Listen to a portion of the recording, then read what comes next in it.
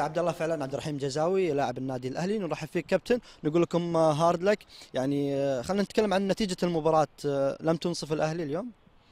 والله أول شيء بسم الله الرحمن الرحيم، يعني الحمد لله على كل شيء. هذه الكورة، فوز وخسارة، خاصة إنه إحنا في دوري أربعة، يعني المهزوم برا. الحمد لله يعني خرجنا اليوم. أكيد الواحد ما كان يطمح الهزيمة، كان الواحد يطمح الفوز، نلعب النهائي. ربنا ما أراد، الحمد لله على كل شيء. عبد الرحيم، يعني بعد دخولك كان دخولك ايجابي انت وياسر الفهمي، كنتوا تعتمدون دائما على الاطراف، هي تعليمات من السيد ياروليم؟ والله تقدر تقول زي كذا، يعني نزلنا المدرب لما شاف إنه تقريبا كان اتفاق بداية الشوط، ضغطنا بعدين رجع ضغطنا، فنزلنا عشان نضغط الخصم. ضغطنا الخصم، لعب اتفاق على هجمة مرتدة، كان هدفهم تقريبا هجمة مرتدة اللي هو البلنتي. الحمد لله يعني المباراة يعني ما جت على الشيء اللي نبغاه. الحمد لله قدر الله ما شاء فعل، ان شاء الله نعوضها في الدوري ان شاء الله وكاس الملك. نتكلم كابتن عن ضربه الجزاء اليوم، يعني في عالم كره القدم خلينا نتكلم، وانت يعني نتكلم خطا فني. احنا يمكن السلايد يمكن ممنوع في خط ال 18. والله اكيد ممنوع على الساعات، بس يمكن تلاقي جفان يعني كان متوقع انه عنده، ما كان يتوقع انه يقدر يلمسها عكاش. يعني وتقريبا والله ما شفتها كويس، كنت مركز مع المباراه. يعني تعرف سرعه بديهه هي.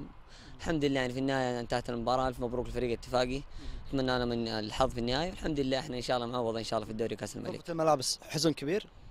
والله شوف، هو شيء طبيعي انه حيكون في حزن، بس خلاص هي مرحله وصلنا فيها. ربنا ما رد انه احنا ننتهي للنهائي. حيكون طموحنا زي ما هو الدوري ان شاء الله وكاس الملك. يعني خلاص هذا الشيء صار وانتهى، وان شاء الله احنا نستمر زي ما احنا ما راح تاثر على الدوري. لا ان شاء الله ما راح تاثر على الدوري شيء، وكاس الولي العهد شيء. الله يخليك. شكرا لعبد الرحيم جيزاوي اللاعب البديل الذي نزل في الشوط الثاني، وكان له طبعا صناعه في هدف الاهلي الوحيد. مره اخرى لعبد الله الفقير وضيوف الكرام. عبد الله تفضل.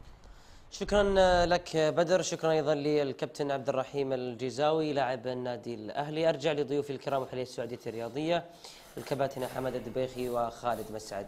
كابتن حمد، يتحدث السيد برانكو عن مباراة اليوم، يتحدث عن مستوى فريقه، ايضا اثنى على الفريق الاهلاوي، ذكر بانه كلا الفريقين ان تاهل احد منهما فهو يستحق.